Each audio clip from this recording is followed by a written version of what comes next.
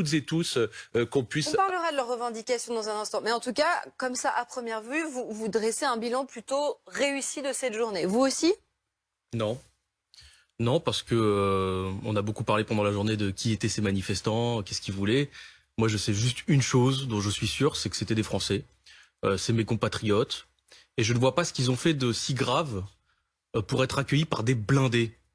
Je vois pas ce qu'ils ont fait de si grave pour qu'on ait des images d'un policier sur l'avenue des Champs-Élysées qui sorte un pistolet pour mettre en joue un automobiliste. Je vois pas ce qu'ils ont fait de si grave pour que des journalistes soient empêchés de travailler, que des manifestants soient nassés de cette manière-là et que des restaurants soient inondés de gaz lacrymogène. Vous voyez, je vois pas ce qu'ils ont fait de si grave. Et je trouve que ce qui m'inquiète là-dedans, c'est que moi, c'est mes compatriotes. Alors, je suis peut-être en désaccord sur plein de choses avec eux, hein, j'en sais rien. Voilà, moi, je suis vacciné. Bon, je sais qu'il y a des discours parfois avec lesquels je suis pas d'accord, mais je vois pas pourquoi on recourt comme ça à la violence. Je comprends pas. Voilà, donc dispositif disproportionné et usage de la force disproportionné, c'est ce que vous dites ce soir. Depuis de nombreuses années, moi je trouve que c'est pas disproportionné, c'est antidémocratique en fait. C'est-à-dire que oui, c'est vrai, ça peut être embêtant de bloquer la circulation, mais enfin, on est dans un pays de démocratie où parfois il y a des manifestations spontanées. Il y a des manifestations spontanées, ça arrive, et c'est pas si grave que ça. Ou en tout cas pas grave au point d'accueillir les gens avec des blindés. Voilà, c'est pas grave à ce point-là. Et si on commence à se dire que c'est normal, les images qu'on voit, alors moi je suis désolé, mais quand j'étais petit à l'école, on m'apprenait que la France faisait peur aux autocraties, aux monarchies, parce que c'était un pays de liberté. Est-ce que vraiment là, le monde, quand il regarde ça, se dit, dites donc en France on va avoir peur d'eux parce qu'ils font vivre un souffle de liberté? Je crois pas. Carl Olive, c'est vrai, il y avait hier effectivement des blindés dans les rues de Paris, quasiment. Non mais on a la mémoire courte. Non, quasiment un policier pour un manifestant. Est-ce que la réponse était disproportionnée? C'est la question que pose. Non mais je comprends, Monsieur Guiraud, mais je pense qu'on a la mémoire courte. Vous vous rendez compte que pendant des semaines et des mois dans le pays, en 2018, on a subi le calvaire. Il y a eu des milliers et des millions de dépenses qui ont dû être occasionnées parce que les boutiques ne pouvaient plus ouvrir, les commerçants devaient se barricader. Et là, on expliquait qu'il y avait trop de débordements, qu'il n'y ait pas assez d'autorité de l'État. Aujourd'hui, le ministre Darmanin décide d'être dans la prévention, d'anticiper. Mais moi, j'expliquais pas ça. Et en l'occurrence, aujourd'hui, je pense qu'en termes de prévention, voilà, on a aujourd'hui une autorité de l'État qui s'impose et qui a fait défaut depuis quelques années. Donc, on peut pas demander tout et son contraire. Moi, je le redis, je donne un satisfecit aux forces de police et je leur rends hommage ce soir parce que, vous le dites, évidemment que dans un monde idéal, on peut manifester pour avoir des revendications. La vérité, c'est qu'en France, ce n'est jamais le cas parce qu'on est un peuple totalement indiscipliné. Et non. J'ai vu des images cet après-midi. Je peux pas vous laisser dire ça. J'ai vu des images cet après-midi. Attendez, excusez-moi parce que vous avez parlé. Non. Allez-y, vous croyez que ça fait plaisir aux gens?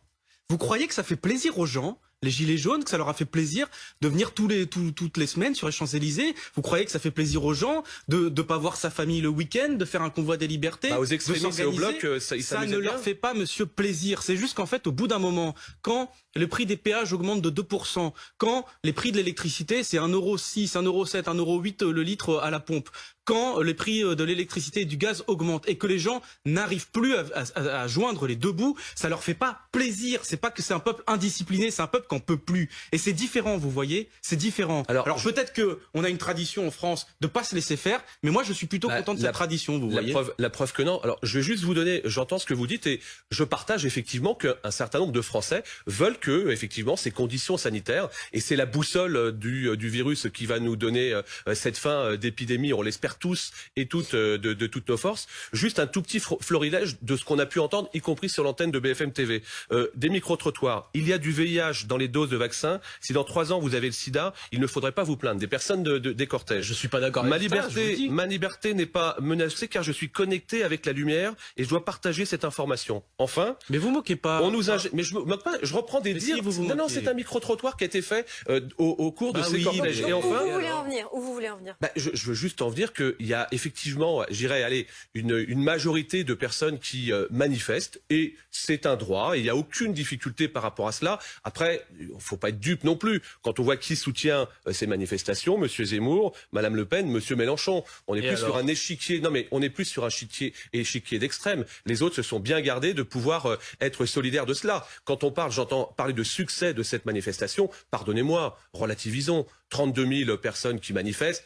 Enfin, faut juste se calmer un tout petit peu. Alors, juste, moi, je suis désolé, mais parfois, oui, dans les mobilisations, il y a des choses farfelues qui sont sorties. Vous savez, c'est pas très souvent, drôle de se moquer des gens. Et je me moque pas des gens. Farfelus, mais là, on était plus proche de temps X et du temps du soleil que d'un convoi de liberté. Mais d'accord, mais vous voyez bien que le but de cette manifestation, c'est pas d'être connecté à la lumière. Donc bon, vous pouvez sortir des gens comme ça. Mais c'est pas moi qui le dis, c'est ce que j'ai entendu sur les antennes. La question, David Guiraud, c'est est-ce que les propos anti-vax et complotistes sont quand même une réalité importante Moi, de ce je ne suis mouvement? pas d'accord avec ces propos-là. D'accord, quand on me dit qu'il y a du VIH dans les vaccins, je suis pas d'accord. Et d'ailleurs, moi, je m'engueule avec les gens.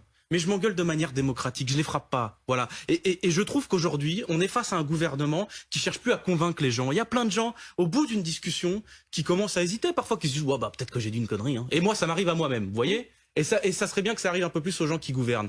Mais au bout d'une discussion, ça arrive. Mais accueillir les gens avec des blindés, vous croyez qu'ils vont changer d'avis comme ça?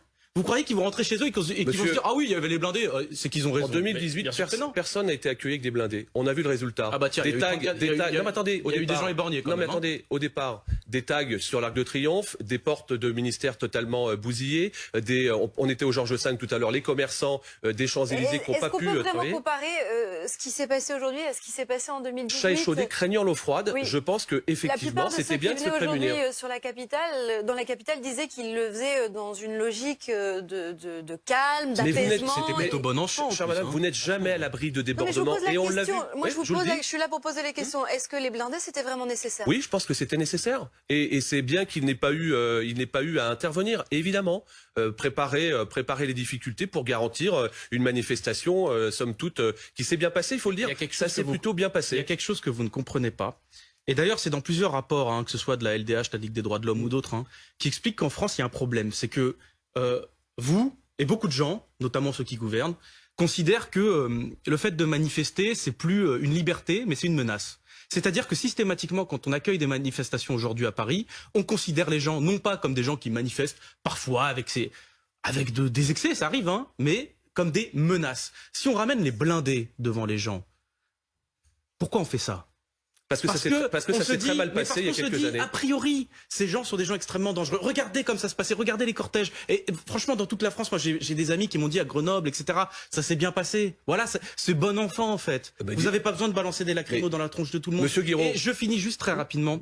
Beaucoup de rapports, beaucoup, monsieur. Hein. À l'international, nous sommes critiqués beaucoup, hein, et beaucoup d'organisations de défense des droits de l'homme nous critiquent, en nous disant que lorsque même il y a des excès dans une manifestation, c'est pas à tous les manifestants de payer. Et donc, en fait, quand il y a des excès, parce que ça arrive dans une manifestation, c'est pas l'ensemble de la manifestation qui doit subir des gaz lacrymogènes. Un peu de parcimonie, un peu de respect. Je vais vous dire, je pense qu'à l'international, ils sont pas apeurés. Je pense qu'ils doivent beaucoup rire ce soir.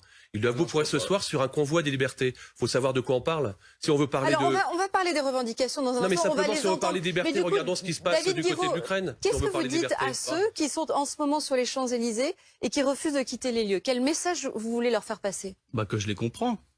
Donc vous ne leur dites pas de quitter les lieux? Mais non, mais moi j'espère que ça va bien se passer. Moi je vais pas leur donner des mots d'ordre, je suis pas leur responsable. Bon, je vous dis pas de donner un mot d'ordre, mais on a des images en direct, on les commente. Vous pouvez faire passer un message. Vous avez un avis sur la question? Si j'avais un message, c'est que je les comprends. Alors oui, bien sûr, j'aimerais que tout se passe bien, mais que je les comprends et je comprends aussi que ça leur fait pas plaisir d'être là. Et qu'ils ont des revendications, ils s'inquiètent pour l'état démocratique de notre pays, parfois avec des mots trop forts, je sais pas, peut-être avec des diagnostics avec lesquels je suis pas d'accord, mais enfin ils s'inquiètent quoi, voilà.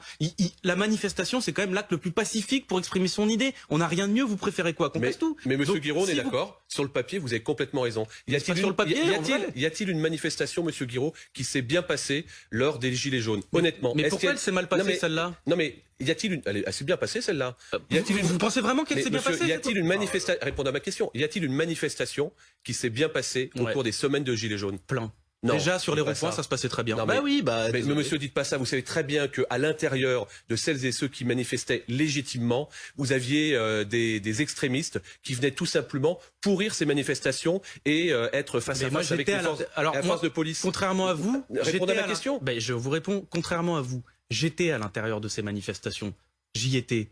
Et je voyais plein de gens, je vous jure, hein, franchement, l'acte 1 et le 2, je voyais des gens de 50 ans que j'avais jamais vus, hein, des gens, ça se voyait, bon, ils étaient pas de Paris, ils étaient en petit cortège, des petits groupes, des gens qui n'avaient jamais expérimenté la violence de l'État. Et qui, quand ils se sont pris des gaz lacrymogènes, effectivement, ça partait dans tous les sens. Ils se sont dit mais qu'est-ce qui se passe et qui se mettent à rejeter les gaz lacrymogènes, à acheter des cailloux, mais des gens qui n'étaient pas violents à la base. C'est-à-dire qu'il y a beaucoup de gens mais bien sûr. que vous traitez de violents, mais qui ne font que répondre. Mais je dis, ces gens-là, et c'est dommage, hein. Moi aussi je le déplore, mais c'est pas de leur. Alors on va pas refaire le fil et refaire l'histoire de 2018, mais par contre on va écouter les revendications du jour. C'est des salaires de misère, on n'en veut plus. Qu'on puisse vivre dignement de travail. Donc il faut augmenter les salaires. Non seulement les prix, il faut les arrêter, il faut les bloquer, mais il faut les descendre de première nécessité. On revient toujours à la pauvreté. On ne peut pas vivre avec un tel taux de pauvreté. Contre le pass vaccinal, mais pas que. Aussi pour toutes les taxes que le gouvernement nous impose, en fait. Voilà. Je suis retraitée, j'ai une petite retraite et c'est plus vivable. L'essence, le gaz, l'électricité, la nourriture, c'est plus possible. Alors, il y a évidemment plusieurs mesures qui ont été mises en place par ce gouvernement, par le gouvernement actuel, plusieurs aides débloquées pour le pouvoir d'achat. Mais ce que l'on entend et ce que l'on voit aujourd'hui, c'est que ça ne suffit pas. Est-ce que le président et le futur candidat va devoir aller plus loin, Carl Olive ? Déjà, c'est ce que vous venez de dire, hein, à juste titre, la suppression de la taxe d'habitation pour 80% des Français, c'est quand même du pouvoir d'achat. Le gel de l'indice sur les retraites, c'est aussi en quelque sorte du pouvoir d'achat. Et tant mieux parce que c'était en 2018, là encore, pardon d'y revenir, mais c'était des revendications qui étaient légitimes. Tout n'est pas parfait.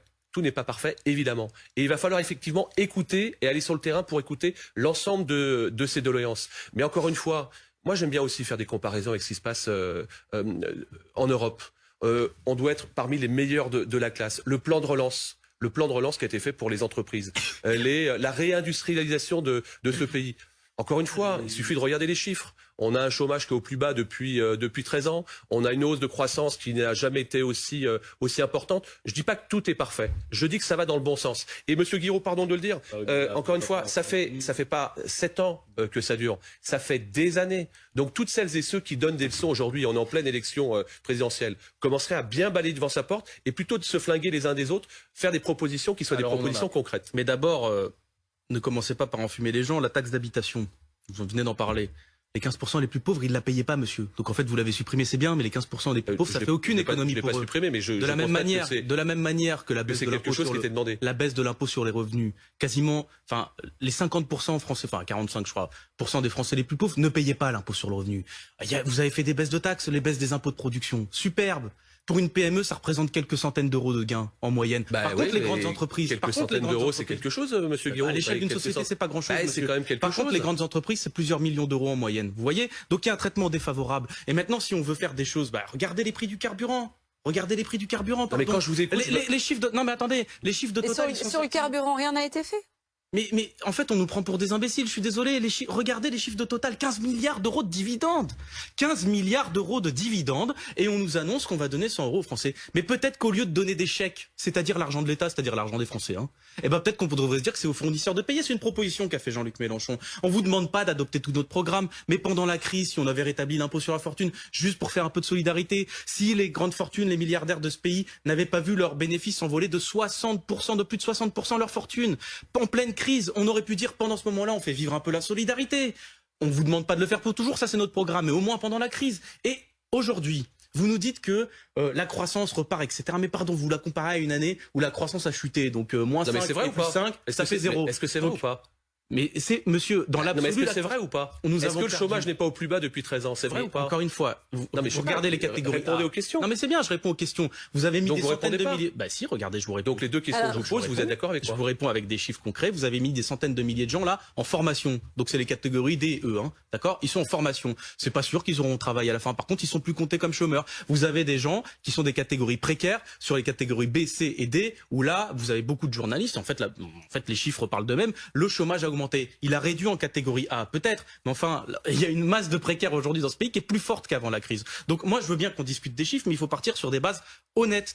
C'est pas vrai que la situation va mieux, mais regardez les gens et regardez les images. Cette pauvre grand-mère qui dit on a du mal avec nos pensions de retraite et derrière les policiers qui fouillent, comme si les gens étaient des criminels. Mais vous voyez bien qu'il y a un problème dans la manière de voir les choses. Attendez, je peux pas vous laisser dire ça. Je regardais deux, trois petits chiffres. D'abord, la hausse de la prime d'activité. Encore une fois, c'est des petits outils qui nous permettent permettre d'avancer. Et je suis d'accord avec vous, c'est pas encore une fois en un claquement de doigts qu'on va rétablir quelque chose que toutes les politiques de gauche comme de droite n'ont pas su faire depuis une vingtaine d'années. Moi, je me satisfais enfin qu'il y ait une réciprocité entre les droits et les devoirs. Je me satisfais par exemple qu'il y ait 170 € net par mois en plus pour les personnes qui ont le SMIC en 2021. Et 170 € net, c'est pas rien, monsieur Guiraud. Alors, encore une fois, moi j'entends bien ce que vous dites. À vous écouter, je me demande où en est monsieur Mélenchon aujourd'hui et pourquoi monsieur Macron a une telle cote de popularité. À vous écouter, je me dis, on ne doit pas vivre dans le même pays. Faites attention parce que non mais j'entends. Il faut être très humble par rapport à ça. Je vais vous dire, j'ai connu ça en 2017. Hein. Donc j'entends ce que vous dites. Encore une fois, tout n'est pas parfait, mais je pense qu'à un moment donné, le chameau ne voit pas sa bosse. Il faut bien le regarder en face. Une mesure que vous prendriez immédiatement pour répondre à ce type de mouvement? Là, bloquer les prix. Bloquer les prix.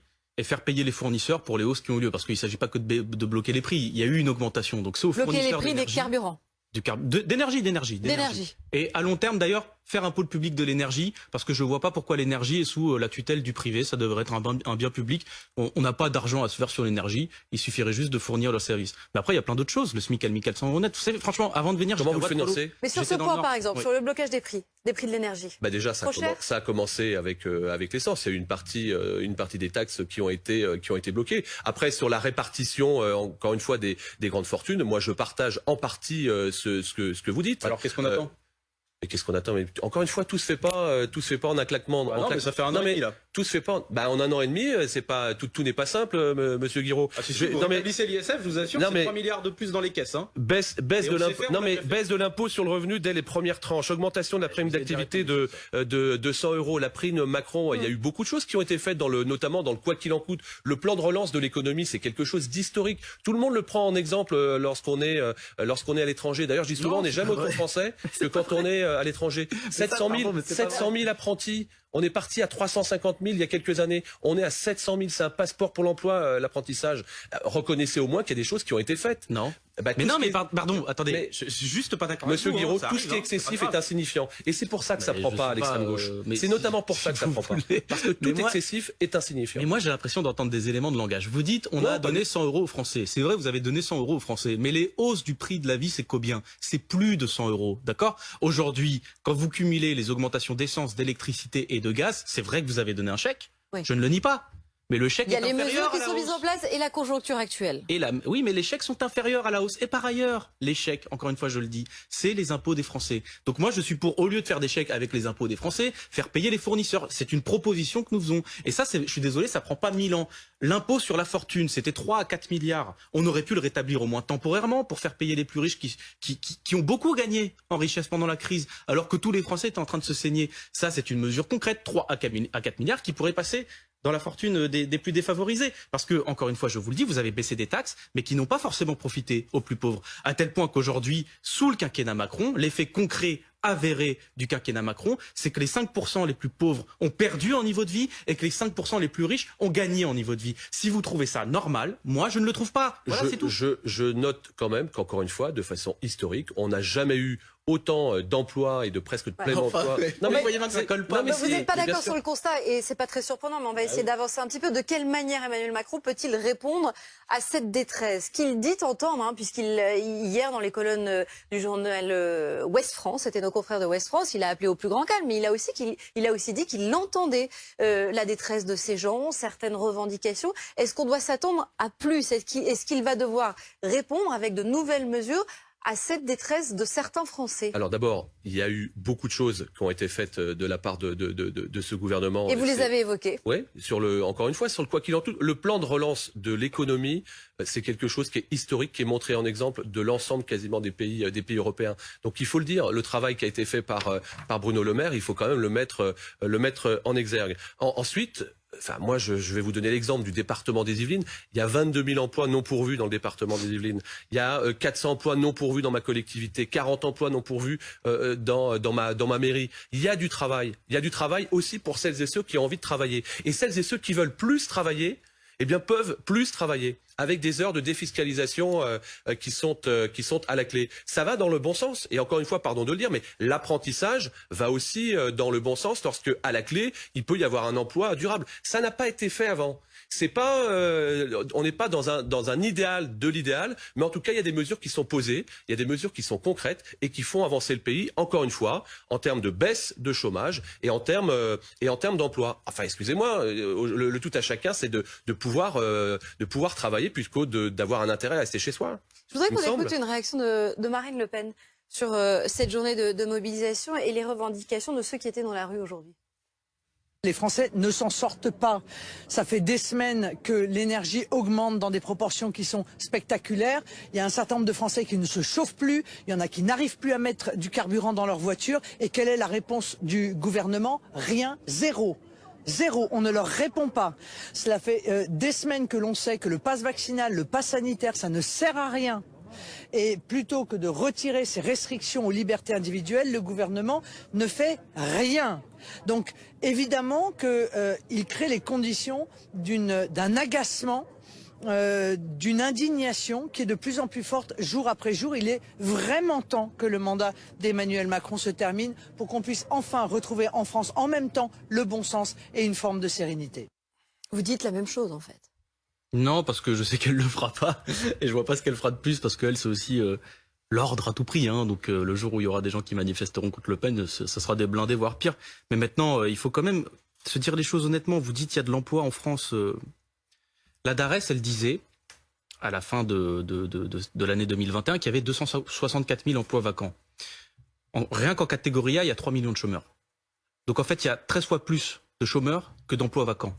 Venez pas nous dire que tout le monde va trouver un boulot. S'il le veut, c'est pas vrai. Il suffit pas de traverser la rue. Ça n'est pas vrai. Donc au bout d'un moment, soit vous reconnaissez une situation et vous prenez des mesures pour. Et moi, je suis d'accord pour dire qu'il y a d'autres gouvernements qui sont responsables. Il y a Hollande, il y a Sarkozy, ok. Mais enfin là, ça fait 1 an et demi que la crise elle a commencé. Ça fait 4 ans et demi que vous êtes au Monsieur pouvoir. Guiraud, vous savez qu'il y a un truc qui s'appelle le Covid. Des choses Il y a qui n'ont juste pas un truc augmenté. qui s'appelle la Covid. Oui, Le monde a un tout petit peu changé par rapport à cela. Ouais. On n'est pas dans un monde, entre guillemets, dans la norme. Ça vous a pas échappé. Non, ça m'a pas échappé. Et malgré ça, regardez ce qui se passe en matière de bilan. Excusez-moi, j'entends bilan. Madame Le Pen. C'est pas la peine de se demander pourquoi Monsieur Zemmour est en train d'inverser la tendance. Est totalement à côté de la plaque. Monsieur Macron n'a absolument rien fait. Je vous redonne juste un tout petit exemple. 1 million de créations d'entreprises pour la première fois en 2021. Non, alors là, ça. Non mais parce que excusez-moi. l'écrasante majorité, c'est des micro-entreprises. Attendez, Pardon. mais Non, Monsieur vous n'allez Guiraud, pas nous la faire. Non, Les mais- vous savez, micro-entrepreneurs, le salaire moyen, c'est 500 à 700 euros. Donc si vous êtes content qu'il y ait eu 500 à 600 000 micro-entreprises, moi je suis désolé, avec 500 à Bah, 700 vous savez, euros, on vit pas. C'est On n'a pas de terminé, logement en messieurs, je suis Ile-de-France. désolée. C'est passé très vite, trop vite. On a C'est beaucoup vrai. parlé de...